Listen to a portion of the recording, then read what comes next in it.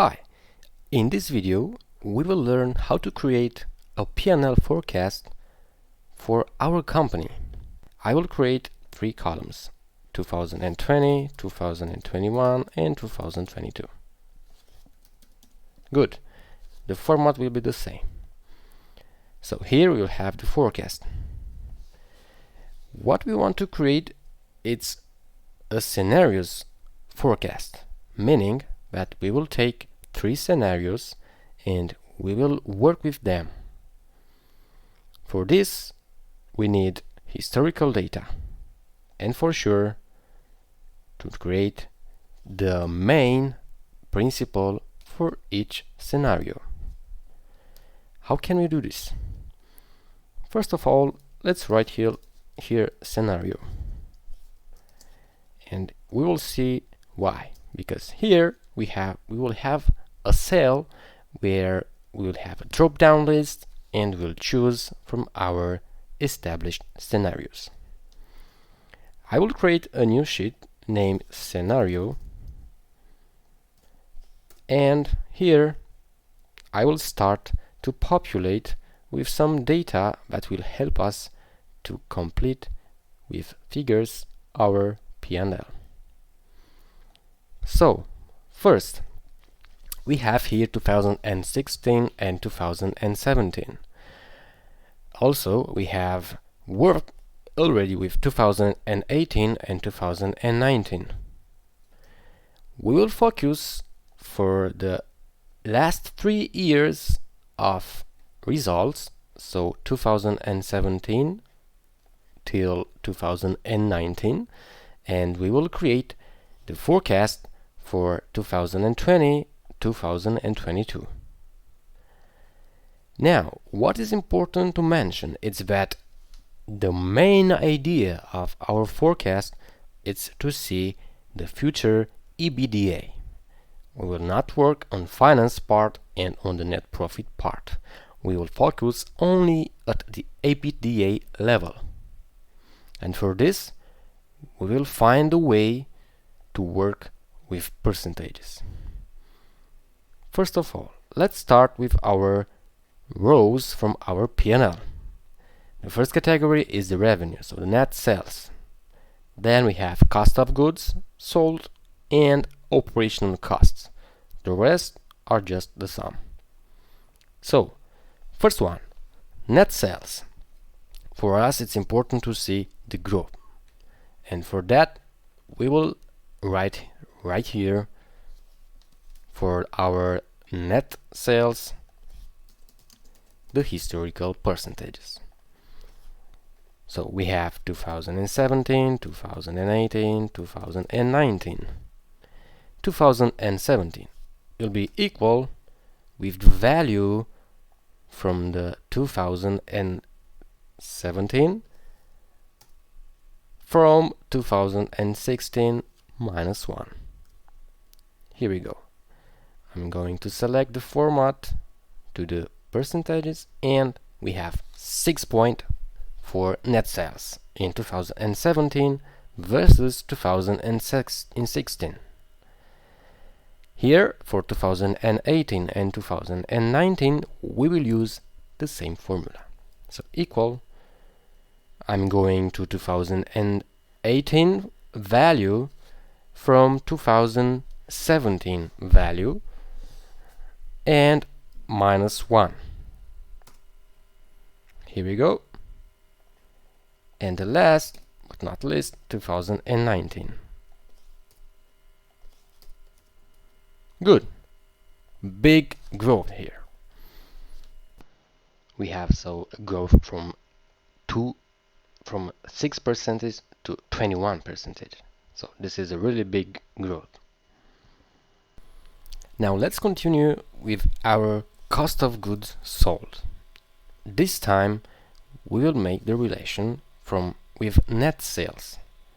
So for 2017 we will have equal cost of goods sold by net sales, and for sure minus 1.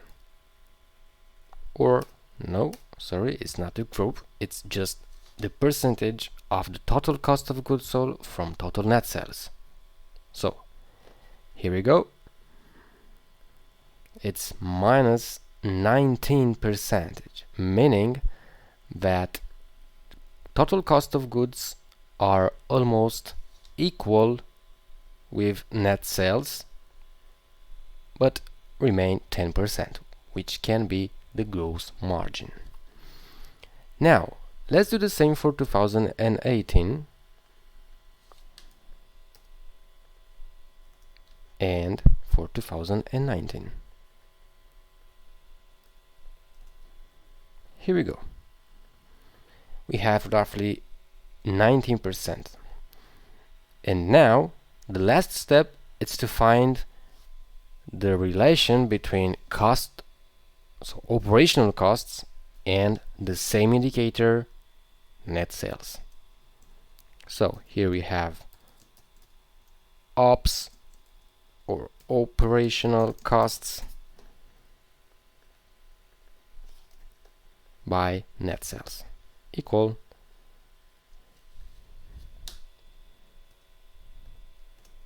here we go, the same for 2018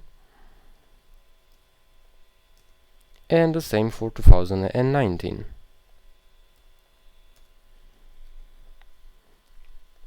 Here we go, roughly 5 or 4 points. Now, what we want to do after we saw the historical percentages, we need to create our 3 scenarios, but we will create for each of our category. So let's try to create for net sales scenario.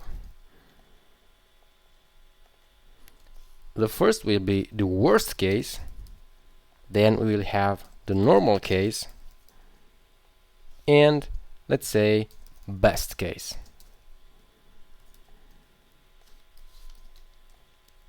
Good.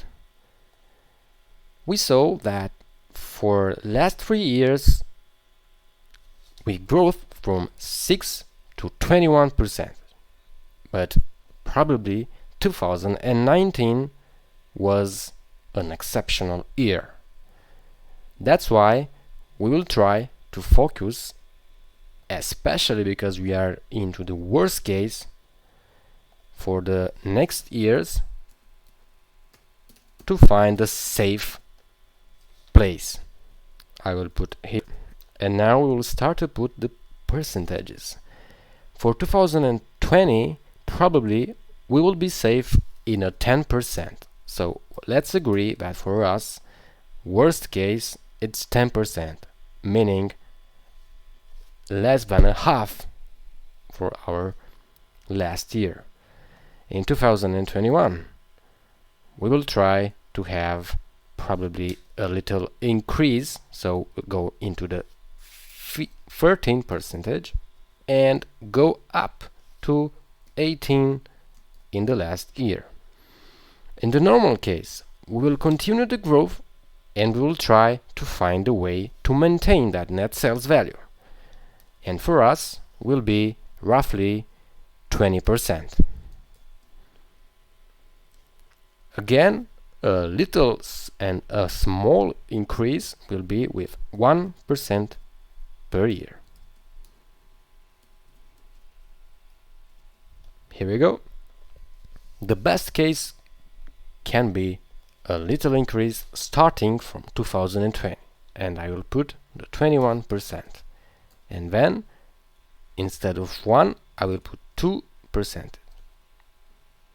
so 22% and 24. Good.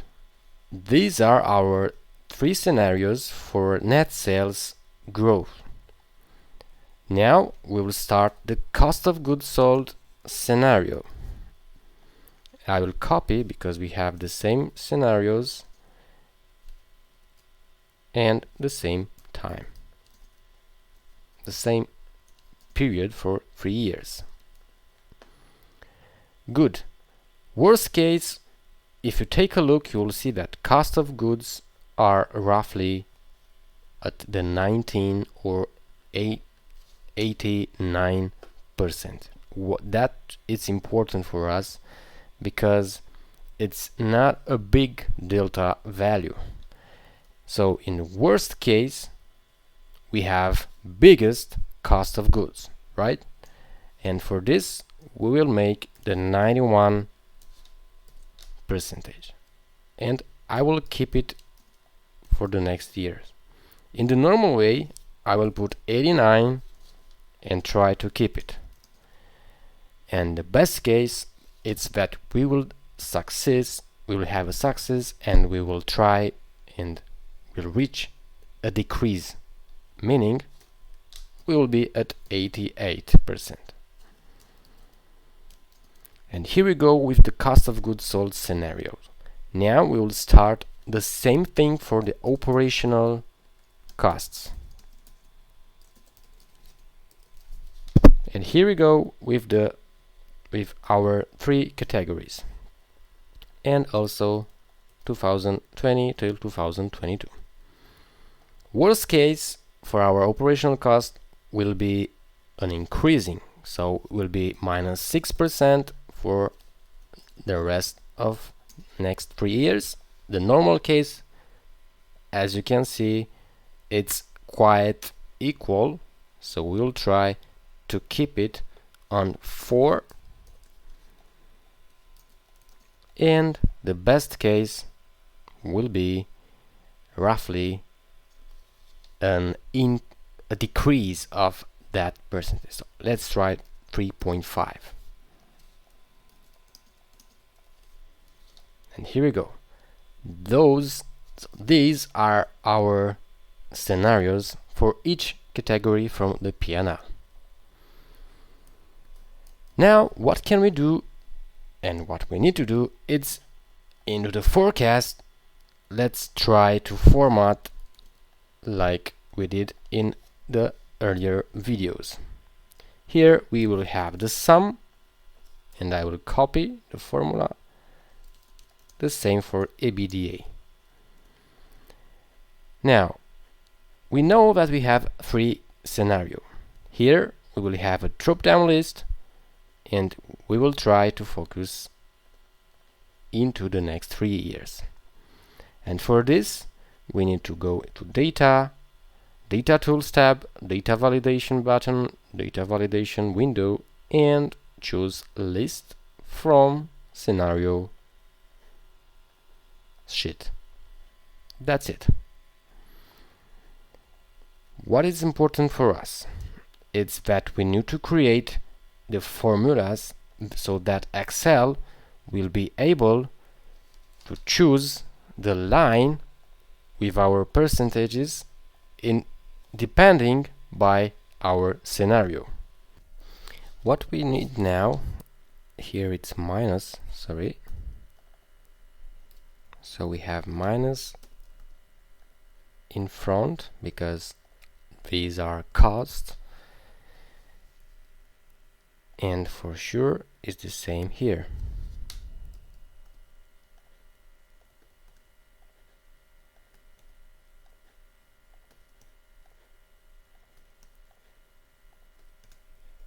Good. Now we can start to create the formula and bring here the next 3 years. So these are with blue because we already have, and these we can make them yellow to see the forecast. And here we will try to use the VLOOKUP combined with columns in order to bring the values from here depends by the scenario.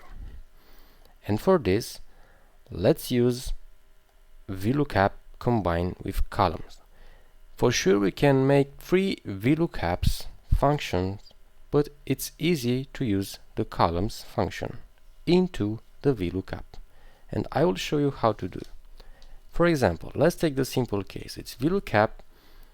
The lookup value for us will be C1, and we will freeze it because here we will have the drop-down menu. Now, the next argument is the table array. Table array will be, in our case, because we are on the net sales, these cells from A10 to D12. And I will freeze this array. Now, the next argument, instead of put just 2 and bring the values, let's get back and create the data validations again.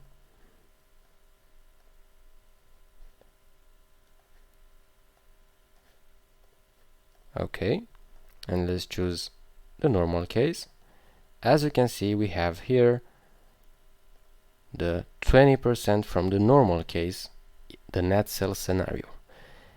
But instead of doing 3 times VLOOKUP, I will edit this formula, and instead of number of column, I will put the columns function. And here we need to select the array till the first chapter, in our case 2020 for net sales, and I will freeze the first A column, because this will be the fixed one, and then when we move to the right we will have 2021 and 2022. Okay, I will close here, 0 for range lookup to bring me the exact value. Hit enter, and now when I'm going to the right side, as you can see, the normal case row, it's here. And if I'm going to the worst case, the percentages will change accordingly. We will do the same for the cost of goods sold and operational cost rows. Let's copy, but here we need to modify the source. Press enter and copy. Here we go, we are on the worst case, 91%. I'm going to change to the best case, and it's 88%. Good. The same for the operational costs. Hit enter, drag, and that's it. We have the forecast ready. What we need to do now, let's try to delete those columns. It's better for us. And here I will just change to the same color as the scenario forecast. And here we go. Now it's more readable, and we can write the last formulas for our forecast. First, net sales will be equal with the last year value multiplied by 1 plus the value from the given scenario. Here we go. So, for example, the net sales will be, it's estimated to 62,000. That means we have the best case because we have 21%. Let's try to change to the normal case, and here we go, we have 61 because we only have 20%. So things till now looks good. Let's try to continue with our formula, and I will try to copy to see what happens. So we have 2020 value multiplied by 1 plus F2, which is good, and 2021 multiplied with 1 plus G2, which again it's good. This time for cost of goods and operational costs we will change the formula, because now we will refer to the net values, to the net revenues. So equal F5 multiplied by our E3 value from the scenario cell. Here we go. I will copy So we have F3 and G3. Good. And the same for costs, equal net sales multiplied by the operational cost from net sales percentage. And here we go. That's the forecast for our company for the next 3 years. And now let's try to simulate an error. Here we go. We have not applicable because the cell it's blank. So we need to create, to be more readable, an if error function. So that we can put here a message. So choose scenario in C1 cell. Here we go. It's too long, so I will be just short as I can. So it's choose scenario. Okay, and we will do this for every cell in order to be more readable.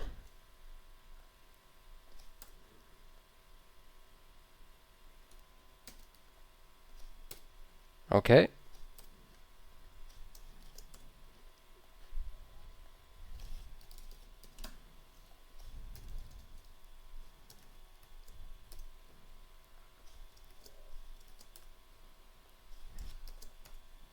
So I've copied all the cells and now we're ready to choose the scenario.